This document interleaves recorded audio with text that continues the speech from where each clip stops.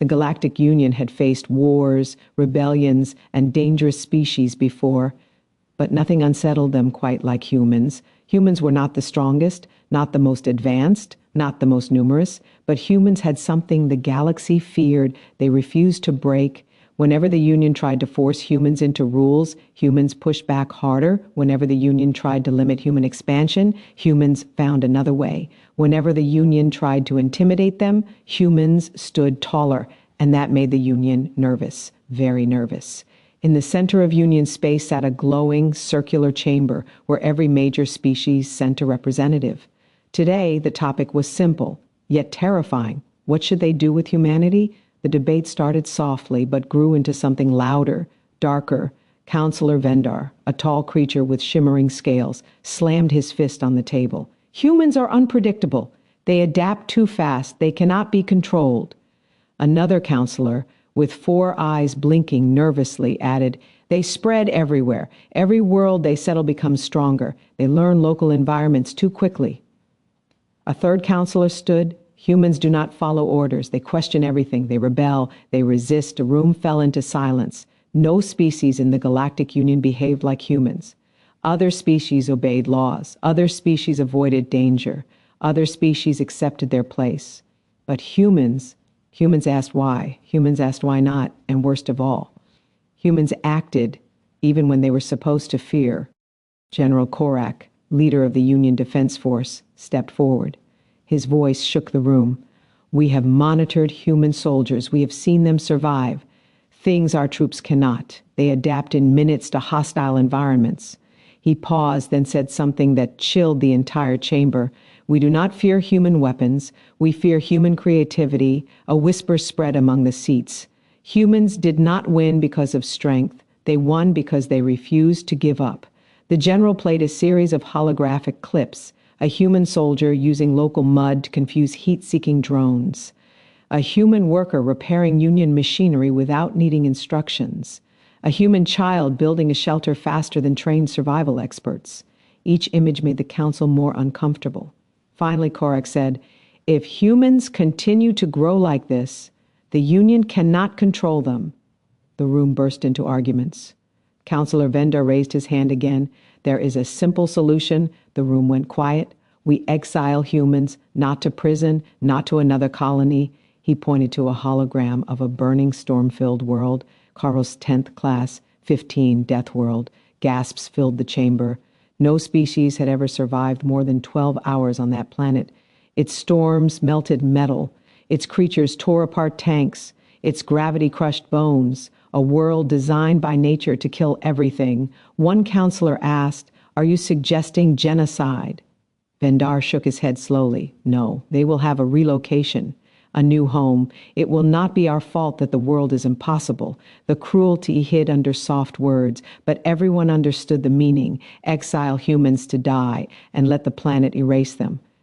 General Korak crossed his arms. It is brutal, Vendar answered. It is necessary. After hours of screaming, fear, political pressure, and secret deals, the final vote appeared in a glowing hologram. Operation removal approved. 89%. The chamber fell silent. It was done. Humanity's fate had been decided. Across Union territory, soldiers arrived without warning. They entered human towns and colonies, telling families they were being moved to a better settlement. The explanation was friendly, polite, and completely false. Humans saw the anxiety in the soldiers' eyes. They knew something was wrong, but they had no choice. They were forced into lines, loaded onto transports, and taken to massive relocation ships. Children held hands. Parents whispered to stay strong. Human soldiers clenched their fists but stayed calm. Humans always stayed calm when facing injustice. That made the Union even more afraid. Inside the relocation ships, thousands of humans stood packed together. A Union officer made the announcement, you will be transported to a new world for permanent settlement. It is safe, it is peaceful. Humans could always feel lies, but the doors locked behind them and the ships entered hyperspace. After a long travel, the ships arrived above a violent orange planet. The clouds churned like monsters. Lightning flashed endlessly.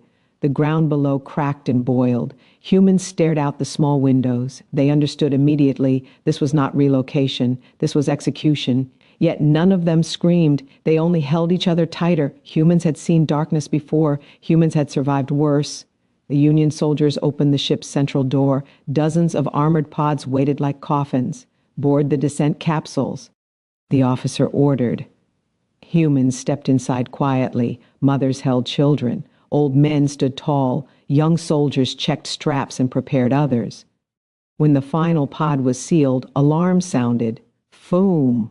The pods launched toward Kharos-X, streaking through the poisonous sky. Inside one capsule, a human whispered, "They want us gone." Another replied, "We're not that easy to erase." The pod shook violently as the storm outside screamed. Then, crash! The first human step touched the surface of the deadliest world ever classified. A normal species would panic. Humans did something else. They looked around, studied the danger, and began to plan.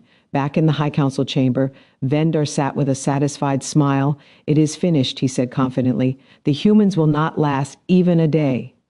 The Union began monitoring the planet for confirmation of extinction. They expected silence. They expected failure. They expected death. But the readings they saw next did not show death. They showed activity, movement, heat, construction, and the moment they realized humans were still alive, fear returned. Because humanity was not dying, humanity was adapting, and soon the galaxy would learn what that meant.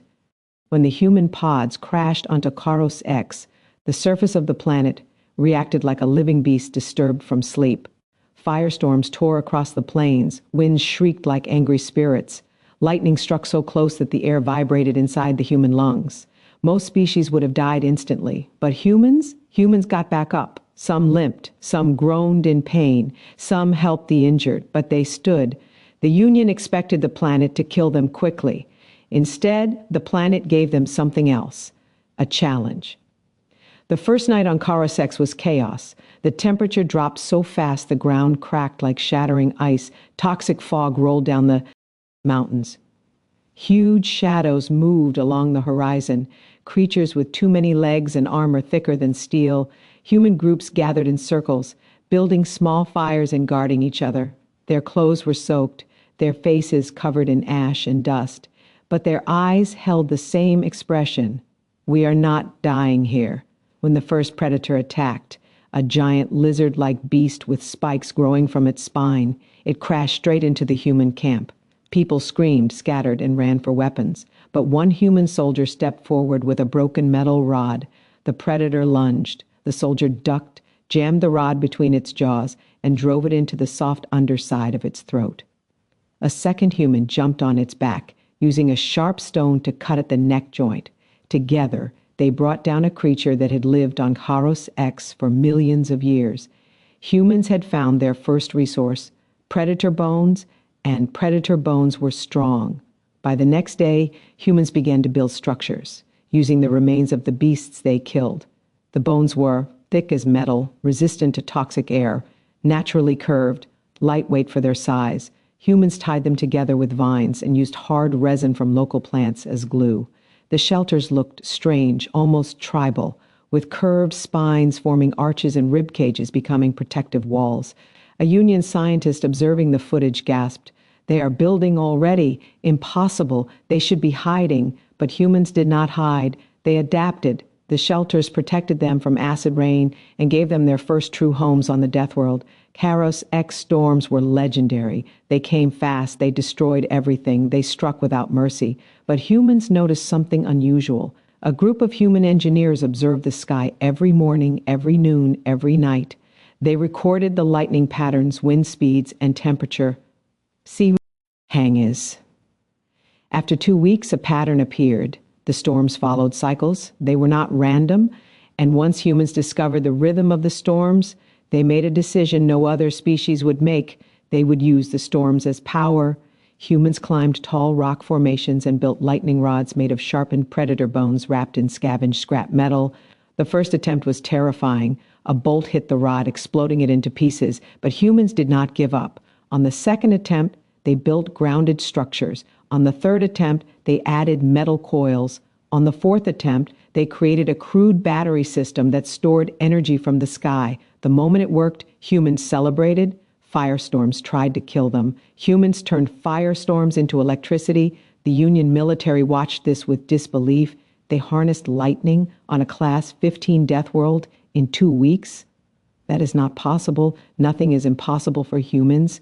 Kharos-X had areas where gravity suddenly increased without warning. One step too far and a person would collapse, unable to move. Many died in the early days, but humans studied the phenomenon. They dropped stones on the ground and watched where gravity changed direction. They built markers. They charted safe paths. Most species would avoid gravity spikes forever. Humans did the opposite. They trained in them. They carried heavy rocks to make their bodies stronger. They sprinted in low-gravity zones. They crawled through high-gravity valleys. Some human engineers even began designing exosuits made from predator exoskeletons fused with living metal, giving extra strength and protection. A Union counselor nearly fainted when seeing the suit footage. They're using a Deathworld's gravity as training? Another counselor whispered. Humans are turning horror into opportunity. Back at the Galactic Union headquarters, SC, scientists continued to scan Kharos-X for signs of human extinction. Instead, they found heat signatures. Bright, strong, steady. Heat means fire, one scientist murmured. Fire means life. Another scientist zoomed in.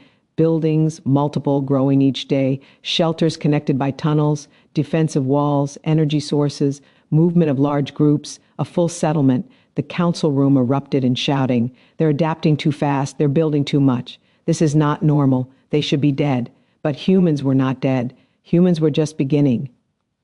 Counselor Vendar, once confident, now stared at the hologram with a trembling jaw. This is bad, he muttered. General Korak folded his arms. We forced them there. We forced them to evolve. Now they are becoming stronger. A third counselor whispered. If they escape that world, what will they be capable of? The room fell silent. The Union had never feared a species this much, not because humans were violent, but because humans were resilient. Danger made other species weaker. Danger made humans smarter, stronger, more united. The fear spreading through the chamber was real, heavy, and cold, because the truth was simple. The death world was not killing humanity. It was forging humanity, and they had only seen the beginning. Kharos-X was not just a death world. It was a teacher, harsh, cruel, and unforgiving. Every day humans lived on the planet, they learned something new, and every lesson made them stronger. The Galactic Union watched from far away, expecting to see humans weaken, starve, or break. But on Kharos-X, the opposite happened. Humans began to evolve. The discovery happened by accident. A team of human miners was digging for stone when they found strange silver vines under the soil. These vines pulsed slightly, as if alive. When touched, they vibrated and softened. When struck, the eye hardened instantly. Humans cut off a piece and brought it back to camp. When they heated it, the metal changed shape on its own. When they cooled it, it locked into a hard, extremely strong form. When they bent it, it remembered the shape and returned to it. One engineer whispered, "This metal grows stronger under stress, like it wants to survive." Just like us, human scientists studied it day and night. They learned it wasn't really alive, but it behaved almost like muscle tissue made of metal. They named it living metal. In only a few days, humans began forging tools with it. In a week, they crafted blades and armor pieces. In a month, they built full structures from it. The Union saw all this through satellite scans and panicked. No intelligent species should be able to use that material so fast. A Union scientist cried. Humans learned too quickly, but it was already too late. Humans had unlocked the most powerful resource on the death world. Living metal alone was impressive, but humans combined it with something equally terrifying, armor from death world predators, the razorback guardians, massive beasts with natural plating thicker than tank armor, were hunted in the early weeks. Each hunt was long and dangerous. Some humans died, many were injured, but humans improved with each fight. They learned how the creatures reacted to sound. They noticed the weak spots under the legs. They built traps using gravity spikes and noise decoys. Soon the strongest razorbacks fell. Human engineers stitched razorback plates together with living metal threads. The result was unlike anything the galaxy had ever seen. flexible, shock-resistant, self-repairing, powered by storm energy, stronger than standard Union military armor. When the first armored human soldier walked across the rocky plain of Kharos-X, Union satellites captured the moment. The counselor stared at the image in horror. They look like part of the planet. They're not just surviving anymore. They're adapting to become stronger than the environment. Humans had created armor worthy of the planet that tried to kill them. Storms on Kharos-X were deadly. Lightning bolts could melt rock. Winds could lift small buildings. The sky could explode with plasma without warning. The Union believed storms would destroy human camps. But humans did something no other species dared. They built reactors to feed on the storms. They placed tall metal rods on mountain ridges. They surrounded them with living metal coils. They grounded the reactors deep into the ground to survive the blasts. When the first lightning strike hit a human storm reactor, the ground shook, the air flashed bright blue, the living metal glowed, and the reactor came alive. For the first time, humans had unlimited energy on a death world. The Union watched the power spike and panicked again. "This is not possible," a technician shouted. "How can they turn death world lightning into a stable power grid?" But humans didn't stop. They built more reactors. Bigger ones, stronger ones, smarter ones. The storms that were meant to kill humanity now powered humanity. Humans quickly learned that not all predators were impossible to control. Some smaller beasts reacted to certain sounds. Others responded to smells or bright colors. Some creatures followed patterns like pack animals on Earth. Hunters began experiments. They built safe cages out of living metal. They fed injured beasts food. They observed which creatures could be trained. After weeks of trials, humans succeeded in taming a few species. Gravstalkers, creatures that could sense gravity spikes. Flash raptors, beasts that move faster before storms. Ironback worms, massive tunneling creatures that could reshape terrain. These tamed creatures helped humans find safe paths, clear new land, transport heavy objects, and detect danger long before humans could. Union generals stared at the reports, terrified. They are taming death world creatures? That is completely insane. But to humans, it was just another problem solved. By month 3, human shelters became villages. By month 5, villages became a settlement. By month 6, the settlement became something new, Fort Haven, the first human city on a Class-15 Deathworld. It had towering walls made of living metal, training grounds carved into gravity-safe zones, large storm reactors that glowed like blue stars, homes built from predator bone and reinforced resin, watchtowers that scanned the horizon for threats. Everything about the city reflected the death world, wild, powerful, and alive. Children played among armored beasts. Engineers studied new metals and plants. Soldiers trained with gravity weights and shock weapons. Humanity was not broken. Humanity was thriving. On day 184, a Union communications satellite unexpectedly received a transmission. Not noise, not a distress signal, not a cry for help. A clear human voice, calm, strong, confident. "We live," 2 words, but those 2 words were enough to terrify an entire galaxy, because no species in the entire history of the Union had ever lived on a Class-15 world. Yet humans had not only lived, they had built something powerful. Union counselors gathered in fear. What are they becoming on that world? How strong will they be in a year? What happens when they decide to come back?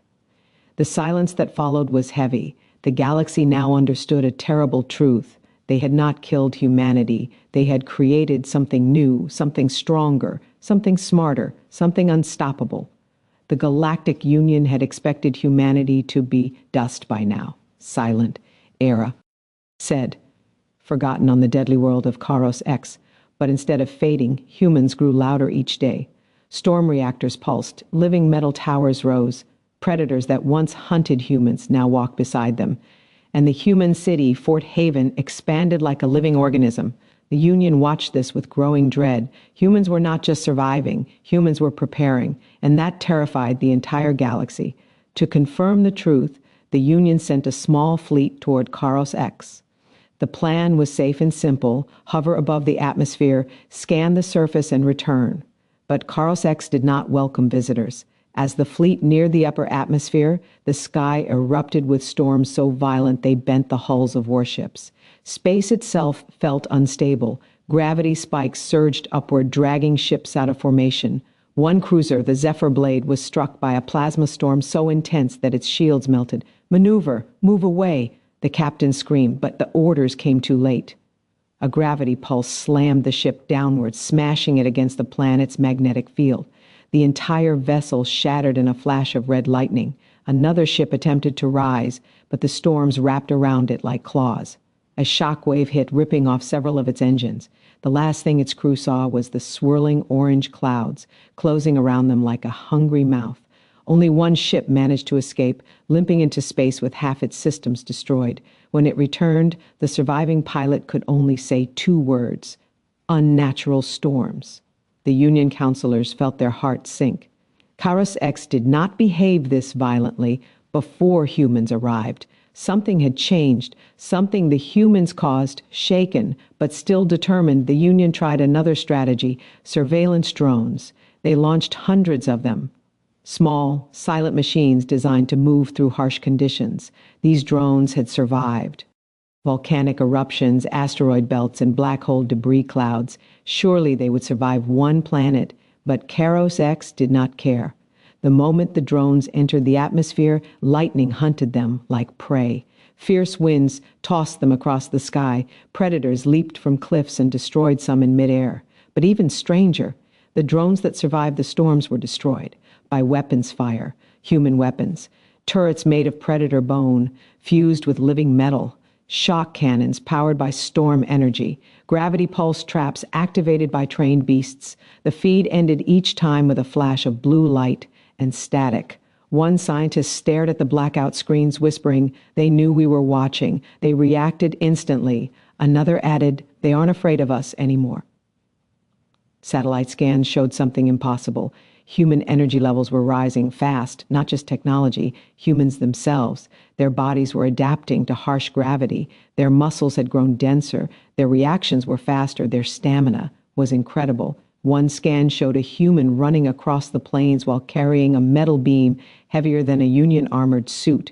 Another scan showed humans leaping over deep ravines, movements no normal human should survive. Union medical experts reviewed the data and froze. "They're changing," one said quietly. "The death world is reshaping them." The scientists also discovered rapid development in human engineering. Storm reactors now powered entire city districts.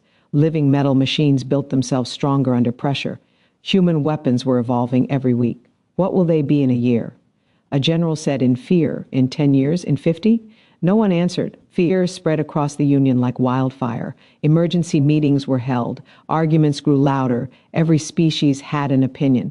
But one emotion united them: terror. Counselor Vendor, who once pushed for human exile, slammed his hands on the table. "We must destroy the planet. Now," some counselors gasped. "That is genocide." Vendor glared at them. "We tried exile. They survived. They adapted. They are growing stronger every day. If we do nothing, humanity will one day return, and they will not forgive us," General Korak growled. "We do not know that. But deep inside he did. Humans protect their own fiercely. And the Union had harmed thousands." Another counselor suggested using a star shatter bomb, a super weapon built to break planets. But a scientist panicked. Kharos-X produces unstable energy storms. The bomb won't detonate correctly. It could explode early. It could destroy an entire sector. "So we just watch them grow stronger?" someone shouted. The chamber fell into chaos. Voices overlapped. Arguments turned violent. Species shouted in fear. Finally, the high speaker boomed, "Silence!" The chamber froze. Then he said the words that changed everything. "We cannot destroy the planet, but we can destroy the humans on it." The Union prepared a new plan. Not exile, not observation, not diplomacy, elimination. A massive fleet, dozens of warships, carriers, destroyers, and bombardment vessels, was assembled. The strongest fleet the Union had ever created for a single mission. They named it the Purge Fleet. Its orders were simple: erase humanity before they evolve further. The galaxy trembled at the announcement. Some species supported the Union. Others feared what this meant. But one fact was clear: humans were no longer seen as a small, annoying species. They were seen as a future empire, a rising force powerful enough to change the galaxy, and the Purge Fleet was sent to crush them before that future could begin. As the Purge Fleet prepared to jump toward Kharos-X, a Union technician monitoring the live feed noticed something on the SA. A face, a shining structure, massive, growing, alive with glowing blue lines. It was rising above Fort Haven like a giant metallic creature. A ship? A tower? A weapon? No one knew. The technician whispered, "What are they building down there?" No one answered because every person in that chamber knew the truth. Humanity was becoming too strong, too fast, too unstoppable, and the Purge Fleet might already be too late. The Purge Fleet arrived above Kharos-X like a dark storm. Dozens of massive warships formed a ring around the deadly planet. Destroyers armed with plasma cannons, cruiser-class bombardment ships, and even 2 supercarriers. Every ship ready to fire, every captain ready to end humanity. The Union believed it finally had the advantage. After all, humans were trapped on the ground. The fleet controlled space. This should have been simple. But nothing about humans was ever simple. As soon as the fleet moved into position, small things began to fail. At first, it was minor. Navigation screens flickered, shield systems rebooted, engine lights glowed the wrong color. The Admiral ignored it. Storm interference. Maintain formation. But inside the ships, crew members felt something was wrong. The glitches grew worse. Then the Valaris, a destroyer on the front line, sent a panicked message.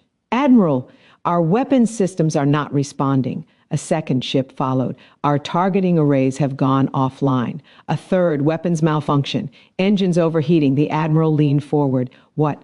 All ships, one by one, ship icons on the tactical map turned orange, then red. The entire Purge Fleet, the strongest force in the Union, was losing control of its own systems. "How is this happening?" an officer shouted. A terrified technician answered, "It's not the storms, it's the planet or the humans on it." Silence filled the command room. The humans were interfering with orbital weapons. That wasn't possible. That wasn't something any species could do. And yet, it was happening. Suddenly, the clouds on the surface of Kharos-X shifted in a strange pattern. They swirled, stretched, and rose upward like a massive vortex. The Admiral stared at the display. "Is that a storm?" "No, sir," the sensor operator whispered. "That is not natural." Lightning shot upward instead of downward. The entire sky glowed blue as if the planet were charging a weapon. Then the ground began to shake. A deep rumble echoed through the atmosphere and into orbit. What in the galaxy? A huge structure emerged from the surface. At first, it looked like a mountain rising from the ground. But then the mountain unfolded. Panels of living metal shifted like flowing water. Claws of predator armor locked into place. Storm energy pulsed through veins of glowing blue light. A shape took form. A ship, a colossal human warship, forged from the Deathworld itself. The Admiral whispered the name that everyone was thinking, a Titan. The ship climbed through the atmosphere with slow, unstoppable power. It did not roar, it did not spark, it did not shake. It moved with absolute confidence, like a creature that feared nothing. The hull was dark and alive, shifting slightly as if breathing.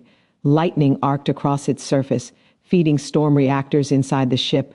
Its armor came from the strongest predators in the world. Its engines glowed with storm-forged energy. This was not a normal human ship. This was a Deathworld-born machine. The Union fleet watched in terror as the giant ship reached orbit and then stopped. Not fleeing, not hiding, but looking directly at the Purge Fleet. The Admiral felt sweat on his claws. What are we facing?" A voice answered, but it was not on the ship. It was inside every ship across Eve. Rye speaker, every screen, every communication channel, the human commander broadcasting to the entire fleet. Static crackled, then a calm human voice filled the ships to the fleet above us. "You forced us to adapt. You forced us to evolve, and you sent your strongest armada to kill us." The Admiral tried to cut the signal, but the controls were dead. "We are not what we were before." The warship's lights grew brighter. "This world made us stronger. We are not your victims." A cold silence spread. Every Union officer felt a shiver deep inside their bones. The giant human warship lifted its front plates. A glowing pulse built inside, not fire, not plasma, not missiles, a wave of pure electromagnetic energy. The Admiral screamed, "Brace for impact!" But there was no explosion, no shock wave, no attack, only a soft blue ripple. It passed through every ship in the fleet. For a moment, everything looked normal. Then every system went dark. Lights died, shields collapsed, engines shut down, weapons froze. The entire Purge fleet became silent, powerless statues in orbit. No damage, no casualties, just complete defeat. One officer whispered, "They disabled us," without hurting anyone. Why? The answer came instantly. The human commander's voice returned, calm and steady. "We do not seek war. We want peace. But we will not die for your fear." He paused. "Leave this world. Do not return. And never again try to erase humanity." The warship lowered its plates. The blue lights faded. Then, slowly and confidently, the ship turned away, returning toward the surface of Kharos-X, back to its people. The Purge fleet was left drifting helplessly, unable to move, defeated without a single shot fired. Inside the flagship, the Admiral finally spoke, voice shaking. "We underestimated them. We created this nightmare. We forged our own enemy, but another of." Pfizer whispered something more frightening. "No, they are not our enemy, not yet." The Admiral swallowed hard. "Then what are they?" The officer stared at the giant warship descending back into the storms. Something new, something the galaxy has never seen before, and the truth was clear. Humanity was no longer trapped on the Deathworld. Humanity was becoming the Deathworld. The Purge fleet floated helplessly above Kharos-X, its engines dead, its weapons silent, its crews speechless. The human warship, born from storms, predators, and living metal, had defeated them without destroying a single ship. No one in the fleet said a word. Everyone simply watched as the human titan descended back into the clouds of the Deathworld. It vanished into the violent orange atmosphere like a shadow melting into fire. But the galaxy's nightmare was only beginning. Hours after disabling the Purge fleet, the human warship rose again, but this time it did not stop in orbit. Its engines glowed brighter, blue light pouring from deep within its living metal core. Then it accelerated, faster than any Union ship, faster than physics should allow, faster than light drives were meant to go. In a single moment, the warship vanished from Kharos-X. Union radar screeched in panic. Unknown object entering hyperspace. Velocity impossible. No known tech can achieve this. The Admiral of the Purge fleet stared at the empty space where the human ship had been. "They're coming," he whispered. "Coming for what?" No one knew, but every officer felt the same cold fear. Humans had left the death world, and whatever they had become on that world, the galaxy had never seen anything like it. In the grand capital of the Galactic Union, the Senate was in emergency session. We must prepare our defenses. We must hide our officials. We must negotiate. We must surrender before they arrive. Panic filled the room like a storm. Species that once acted proud and powerful now trembled openly. General Kharos slammed his claws on the table. "If a human ship appears in our space..." A sudden alarm cut him off. Unidentified energy signature detected above the Capitol. The chamber went silent. A massive shadow fell over the Senate dome as something dark and enormous appeared in the sky. Windows vibrated. Lights flickered. Every sensor overloaded. The senators ran to the balcony and stared upward. There it was, the Deathworld forged human warship, floating directly above the Capitol. No shields raised, no weapons activated, no hostile movement. It simply hovered, watching. And somehow that was more terrifying than an attack. A golden hologram lit up the sky. The face of the human commander appeared. Calm, serious, unshaken. Every species froze. His voice echoed through every device, every ship, every city. "You tried to erase us. The senators lowered their heads. You gave us the one thing we needed." The warship shifted slightly, blue lightning crackling across its hull. "A world that forged us into something new." The silence after those words felt like a blade pressed against the galaxy's throat. The commander continued, "We do not come to conquer, we come to warn." The entire Union trembled. "Do not touch our people again. Do not come to our world. Do not attempt to control the humans of Kharos-X." A soft hum filled the air as the warship's living armor adjusted its shape. If you leave us in peace, we will leave you in peace. But if you push us again, the lights on the warship flared bright white for one terrifying second. You will face what you created. The message ended. The hologram faded. But the threat, unspoken yet clear, hung in the air like a storm waiting to fall. The high speaker collapsed onto his knees. "I surrender," he whispered. "We all surrender." One by one, senators from hundreds of species lowered their heads. The galaxy had never surrendered to any species before. Not the Onyx Swarm, not the Raxian Empire, not the Voidborn Raiders, but humans forced to live on a death world, had changed into something powerful, unpredictable, unstoppable. The Union sent out a signal on all frequencies. "We surrender to humanity. We request peace." They waited for a response. None came. The human warship only hovered silently, judging them. Without firing a shot, without breaking a building, without hurting anyone, the human warship slowly began to rise. It turned away from the capital. Its engines glowed brighter. The sky crackled with lightning that followed the ship like an obedient servant. In a flash of blue light, the warship disappeared, gone. No goodbye, no follow-up message, nothing. It simply left. The Senate hall collapsed into confused whispers. Where did they go? Are they returning to the death world? Will they come back to punish us? Are we safe now? No one had the answers. But scanners soon reported the truth. The warship had jumped back to Kharos-X. Humanity had returned home on Kharos-X. Humans gathered outside Fort Haven as the Titan warship descended from the sky. Children cheered. Workers saluted. Hunters raised their shock spears. The planet's storms roared louder, as if welcoming the ship back. The human commander stepped out and spoke to the crowd. "We did not crush them. We did not become monsters. We became something better." Humans nodded. They had been exiled, abandoned, left to die. But instead of dying, they evolved into a new kind of humanity, stronger, sharper, united, and unstoppable. Kharos-X was no longer a death world. It was their world, their home, their cradle of power. Across the galaxy, species whispered in fear. What did the death world make them? What will they become in 100 years? What happens if humans decide they want revenge? The answer was simple. No one wanted to find out. Trade routes shifted to avoid human space. Military ships turned away the moment scanners detected human signals. Diplomats carefully rewrote laws to avoid conflict with humanity.